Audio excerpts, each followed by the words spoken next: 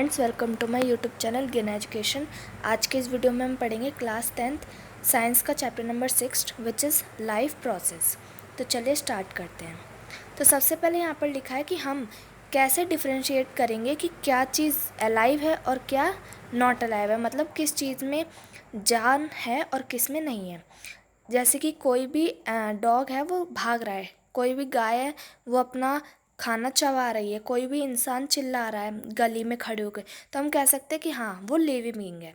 लेकिन अगर कोई चीज़ मोशन नहीं करे तो क्या हम कह सकते हैं कि वो नॉट अलाइव है, मतलब उसमें जान नहीं है ना। तो सांस लेना हमें बताता है कि कोई इंसान जिंदा है या नहीं है। तो प्लांट्स के बारे में हम कैसे पता करेंगे जो प्लांट्स है वो अलाइव है या फिर नॉट अलाइव है। हम ये देखेंगे कि वो प्लांट ग्रीन है या नहीं है। अगर वो ग्रीन होगा तो हम कह सकते हैं कि वो अलाइव है। लेकिन ऐसे प्लांट्स जिनकी पत्तियां ग्रीन ना रह के कोई दूसरे कलर की रहती हैं, उसको हम कैसे पहचानेंगे। तो हम ये देखेंगे कि वो जो प्लांट्स है वो टाइम टू टाइम ग्रो कर रहा है या नहीं कर रहा है। ठीक है, उसमें इंटरनल मोशन और इंटरनल ग्रोथ हो रही है या फिर नहीं हो रही है।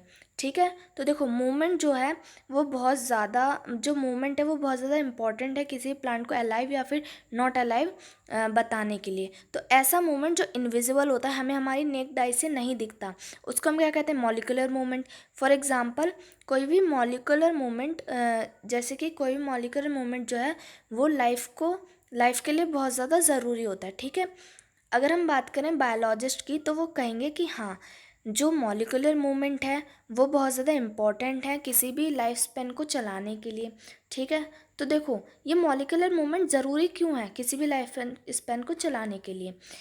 वो इसलिए ज़रूरी क्योंकि हर एक ऑर्गेनिज्म के पास उसका एक वेल ऑर्गेनाइज्ड स्ट्रक्चर होता है। ठीक है, उसका एक वेल ऑर्गेनाइज स्ट्रक्चर होता है जिसमें क्या टिश्यूज़ पाए जाते हैं। टिश्यू किससे बनते हैं, सेल से बनते हैं, और सेल किससे बनती है, कंपोनेंट से बनती है। जैसे कि उसके जो माइट्रोकॉन्ड्रिया, न्यूक्लियस, गोल्गी अपैरेटस, ये सारे क्या सेल के कंपोनेंट्स हैं। और इन्हीं सेल से मिलकर इन्हीं सेल्स के ग्रुप को हम क्या कहेंगे, टिश्यू कहेंगे। ठीक है, तो यही टिश्यू क्या करते हैं, मॉलिक्यूलर मूवमेंट करते हैं। ठीक है, तो देखो हमारे इन्वायरमेंट में जो भी चीज़ें होती हैं उससे हमारा जो बॉडी है, हमारे जो टिश्यूज़ है वो इफ़ेक्ट करते हैं। ठीक है, अगर ये ब्रेक डाउन हो जाए तो हम ज़्यादा टाइम के लिए लाइव नहीं रह पाएंगे। ठीक है, हमारी बॉडी ज़्यादा टाइम के लिए ज़िंदा नहीं रह पाएगी, इसलिए जो मॉलिक्यूलर मूवमेंट है वो बहुत ज़्यादा इम्पॉर्टेंट है। तो अब ये जो मेंटेनेंस प्रोसेस होती है किसी भी लिविंग ऑर्गेनिज्म की, इसको हम क्या कहते हैं और इससे हम क्या समझते हैं, तो उसके बारे में देखेंगे। तो देखो यहाँ पर सबसे पहला टॉपिक है what are the life processes. ये जो लाइफ प्रोसेस है ये होती क्या है। तो the maintenance functions of living organism must go on even when they are not doing anything particular, even when we are just sitting in class, even if we are just asleep, this maintenance job has to go on. This process which together perform this maintenance job are life process. तो देखो यहाँ पर लिखा है कि कोई भी maintenance function, हमारी लिविंग ऑर्गेनिज्म में कोई भी मेंटेनेंस फंक्शन जो कि हर टाइम चलता रहता है, चाहे हम कुछ काम कर रहे हो, सो रहे हो, बैठे हो, कुछ भी कर रहे हो, लेकिन हमारी बॉडी के अंदर एक मेंटेनेंस फंक्शन बना रहता है। उसी मेंटेनेंस फंक्शंस को हम लाइफ प्रोसेसेस कहते हैं।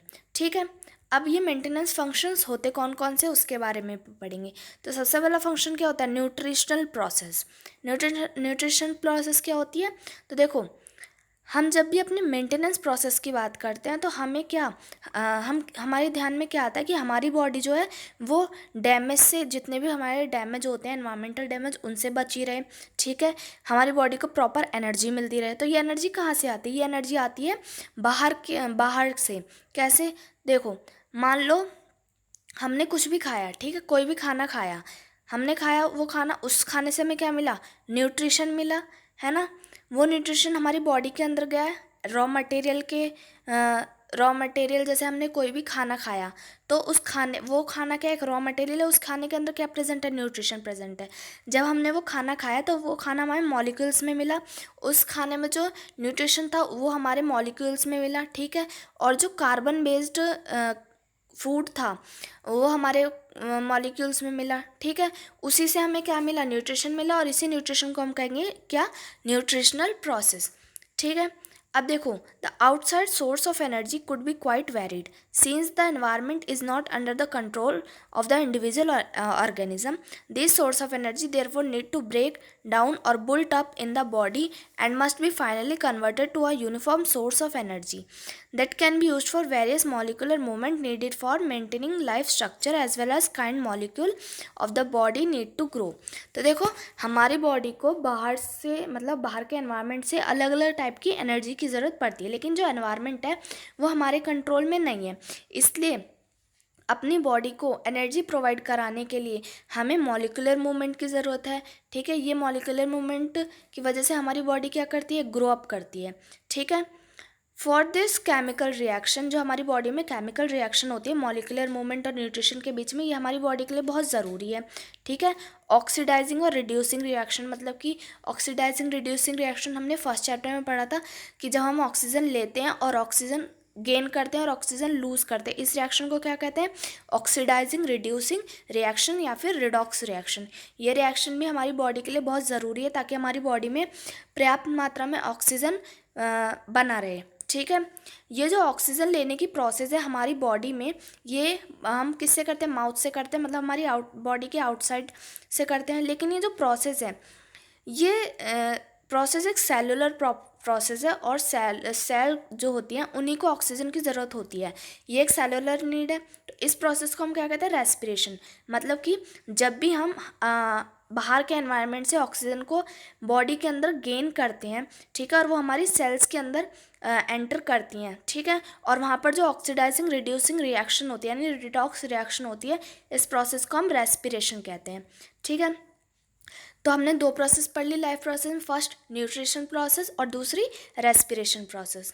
ठीक है, अब देखो यहाँ लिखा है कि जो सिंगल सेल ऑर्गेनिज्म है वो खाना कहाँ से खाते हैं, ऑक्सीजन गैस कहाँ से लेते हैं, कहाँ से गैस रिमूव करते हैं, क्या उनकी सारी सेल्स, उनकी तो एक ही सेल्स होती है, सिंगल सेल होते हैं, तो वो एनवायरनमेंट से कनेक्ट रहते हैं। ठीक है, तो जैसे मान लो एक सिंगल सेल ऑर्गेनिज्म है, वो अपनी एक ही सेल से गैस को एक्सचेंज करेगा। ठीक है, एक ही सेल से फूड इनटेक करेगा अपनी सेल के अंदर। लेकिन जो कॉम्प्लेक्स सेल होते हैं, मतलब जो मल्टी सेलुलर ऑर्गेनिज्म होते हैं, वो कैसे खाना लेते हैं, उनकी जो सारी सेल्स होती हैं, जैसे मान लो हमारी मल्टी सेलुलर बॉडी है हमारे ह्यूमन बींग की, होमोसेपियंस की और एनिमल्स की। तो जैसे मान लो इनकी ये सेल्स हैं इतनी सारी, ठीक है, उसमें से जो बाहर की सेल है ये तो एनवायरनमेंट के कांटेक्ट में रहेगी, लेकिन ये जो अंदर की सेल्स हैं ये कैसे रिएक्शन करेंगी। ठीक है, तो इस केस में हम डिफ्यूज़न की प्रोसेस को भी नहीं कह सकते कि ये डिफ्यूज़न की प्रोसेस फुलफिलमेंट है किसी प्रोसेस को करने के लिए। तो इसमें क्या होता है कि जो मल्टी सेलुलर ऑर्गेनिज्म होते हैं उनकी जो सेल्स होती हैं, मान लो उनकी जो रेस्पिरेशन की सेल अलग है, उनकी फूड इनटेक करने के लिए सेल अलग है, उनकी रिडॉक्स रिएक्शन के लिए सेल अलग है, मतलब सभी रिएक्शंस के लिए उनके लिए अलग अलग सेल हैं। तो वो अलग अलग सेल अपने अलग अलग फंक्शंस को परफॉर्म करती हैं। ठीक है, अब देखो हमने पहले देखा था कि जो मल्टी सेलुलर ऑर्गेनिज्म होते हैं उनके अलग अलग बॉडी फंक्शन होते हैं और ये जो फंक्शन है वो अलग अलग सेल के लिए स्पेसिफाइड होते हैं।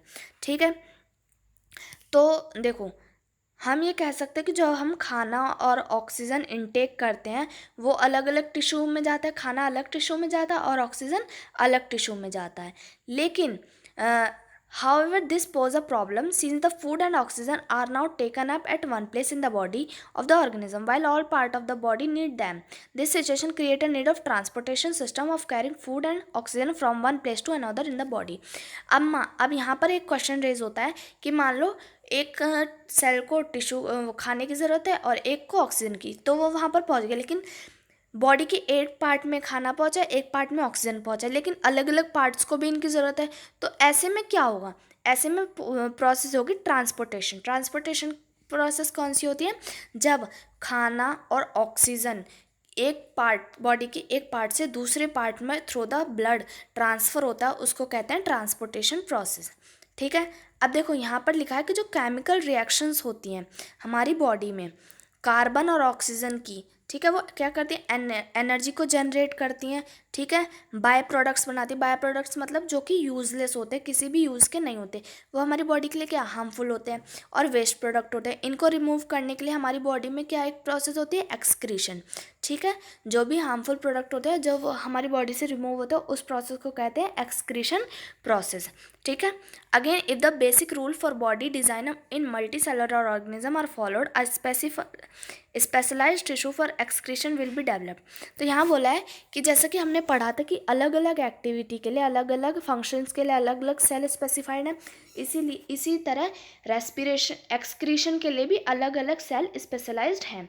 तो इसलिए यहाँ पर कहा गया है कि जो ट्रांसपोर्टेशन सिस्टम है हमारी बॉडी में, उस ट्रांसपोर्टेशन सिस्टम में एक एक्सक्रेटरी टिश्यू भी होगा, मतलब जो वेस्ट खाना है वो ट्रांसपोर्टेशन प्रोसेस के थ्रू एक्सक्रेटरी सिस्टम के पास पहुंचेगा और वहाँ से एक्सक्रेशन प्रोसेस होगी, ठीक है। Let us consider this various process are so essential to maintain life one by one. अब यहाँ पर आगे चैप्टर में यही प्रोसेस को वन बाय वन और ब्रॉडली पढ़ाया गया है, ठीक है। तो उन प्रोसेसेस को हम पढ़ेंगे अपने इस चैप्टर के नेक्स्ट पार्ट में। अगर आपको ये वीडियो अच्छी लगी तो वीडियो को लाइक करो और चैनल को सब्सक्राइब करो।